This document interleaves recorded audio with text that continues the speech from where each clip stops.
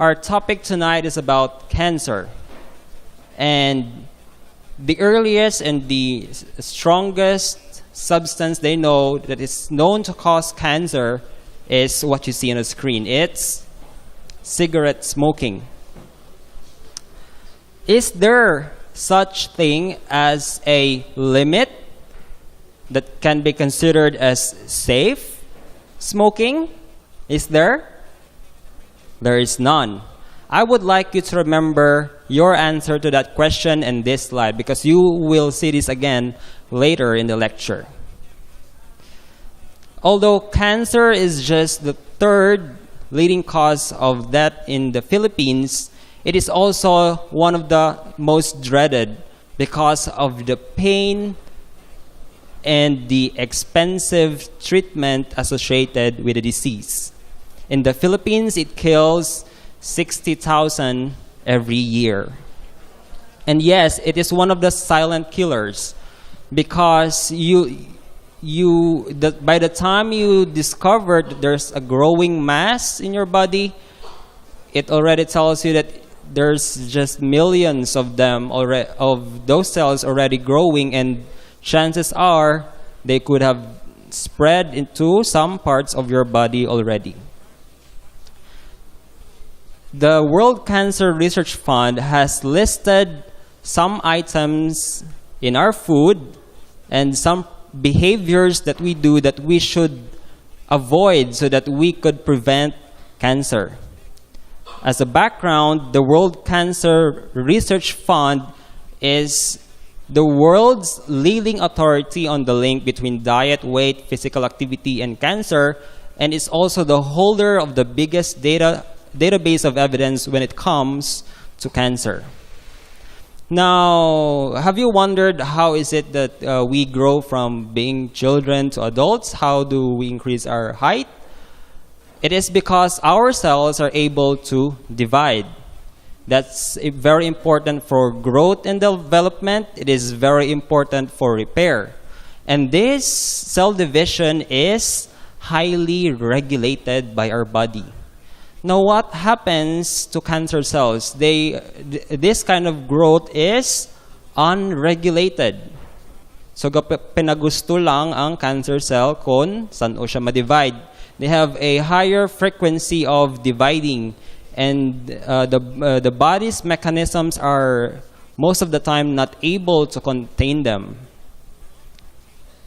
According to the book Pathologic Basis of Disease, although it is known that genetics play a role when it comes to cancer, they say that environmental factors can be attributed to 65% of those cancers. And the World Cancer Research Fund agrees to that. They say that all the processes that are involved in cancer has something to do with food, nutrition, your weight, when it comes to obesity, and physical activity. And they say they can either promote or inhibit cancer development and progression. Meaning, there is something that you can do with this factor so that we can promote or inhibit cancer growth. So what are these items?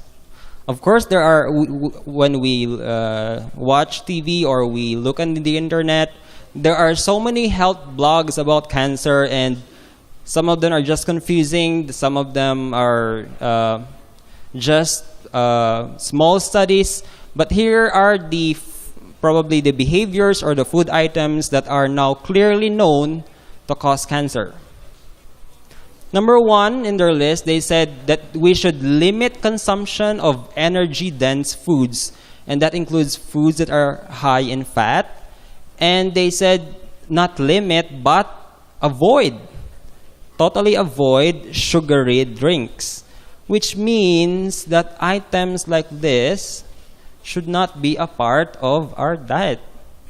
You see how much sugar each serving of those drinks have?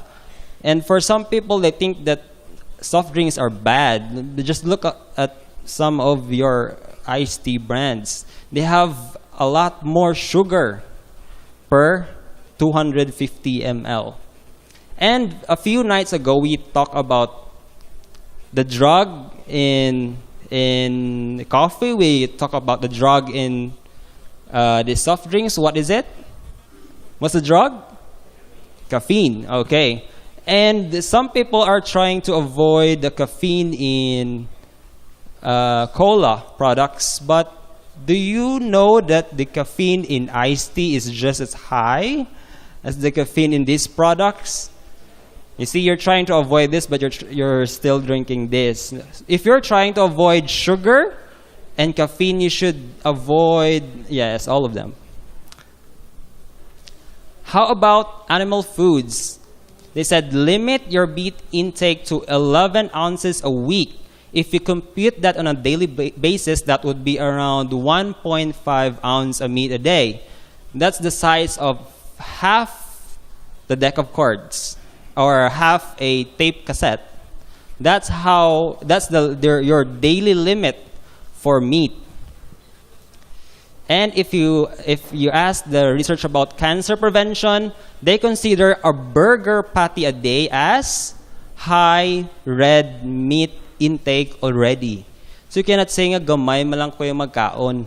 Isa ka burger patty is already considered high red meat intake in a day. When it comes to processed meat like hot dogs, 3 hot dogs a week, not a day, a week is also considered high red meat processed meat in intake.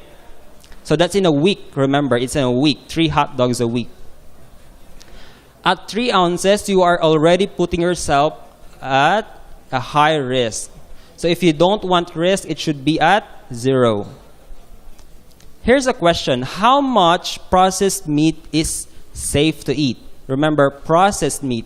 How much is safe? According to their study, it's now at 0. Any level puts you at risk because there is no data that can tell you which level is safe. Any level puts you at risk for cancer.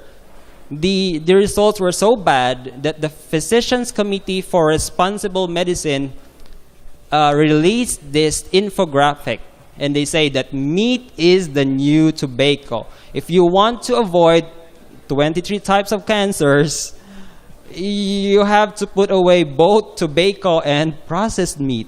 It's just as bad as smoking, they say, nowadays, with the current results of their research.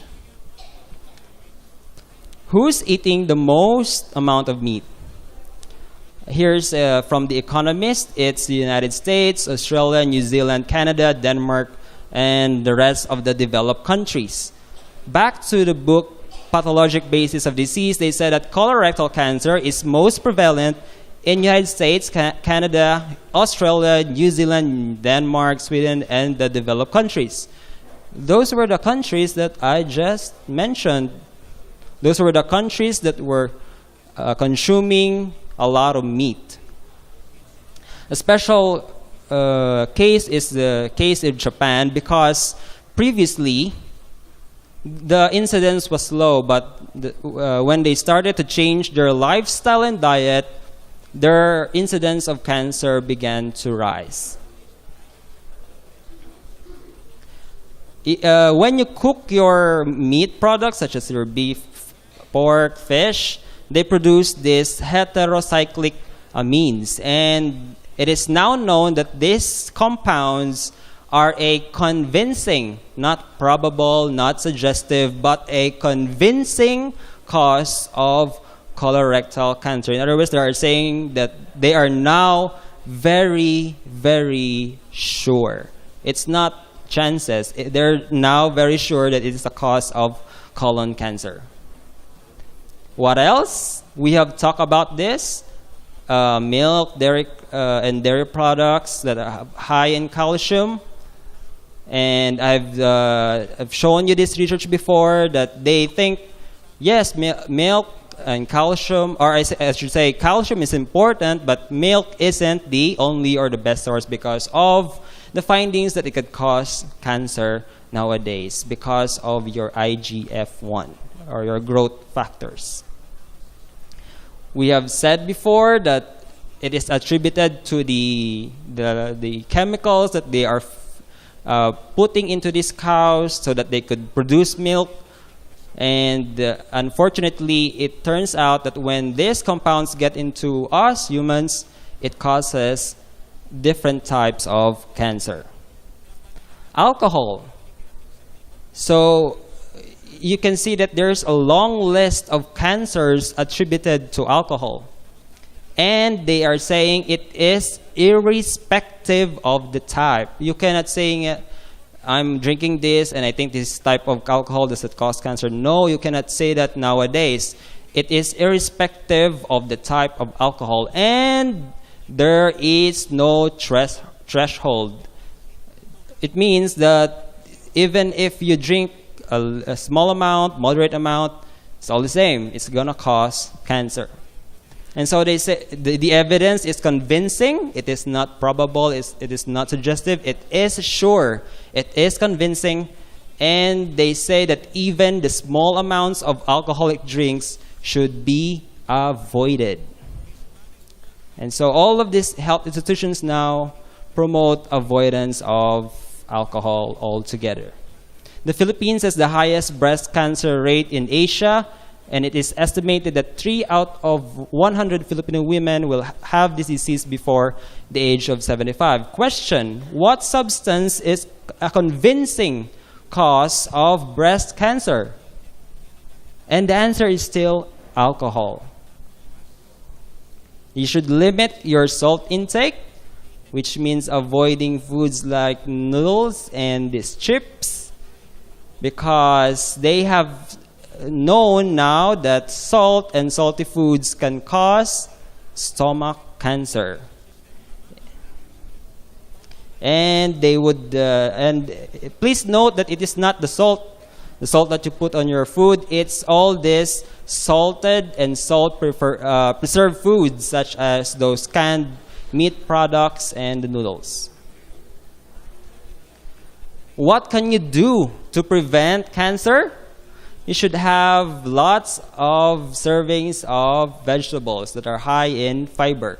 By weight, that's around 7 tennis balls if you weigh all the vegetables that you should eat in a day. And it protects against colorectal cancer, and it also reduces your risk of your heart disease. And they found out that those in a plant-based diet have lower incidence, even rare, of obesity, type 2 diabetes, heart disease, cancers, and other chronic diseases. What else can you do? You should exercise. It is known to decrease the risk of certain cancers. And their recommendation is at least 30 minutes. And then when your fitness improves, you should increase it to 60 minutes a day.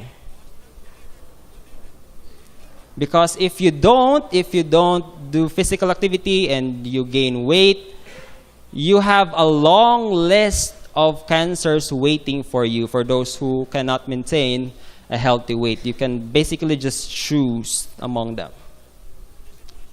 And the question is, why is it that most doctors don't tell their patients about this? I think I've gave you some points in the previous lectures. One is lack of training. Across the United States, they did a survey among the medical students.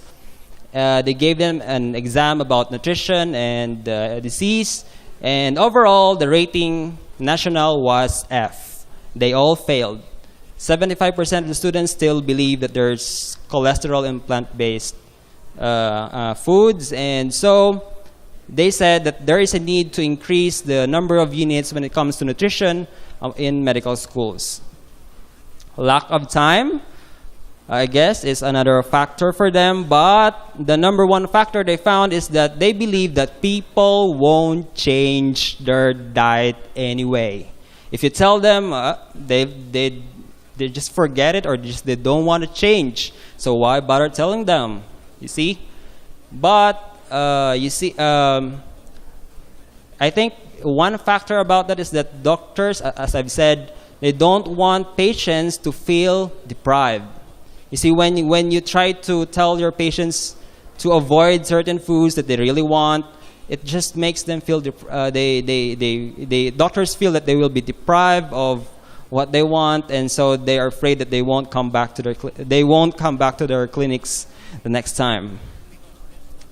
The World Health Organization has projected that in the coming years, the main causes of death in the world will be lifestyle diseases. And by 2020, they said it will be 3/4, 75% of all deaths coming from all of these lifestyle changes. And they believe that it is because of the diet and the decreased physical activity that we have nowadays.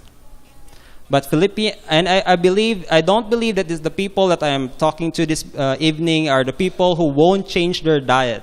It's like I've shown you. I believe that most of us can do all things through Christ, which strengthens us.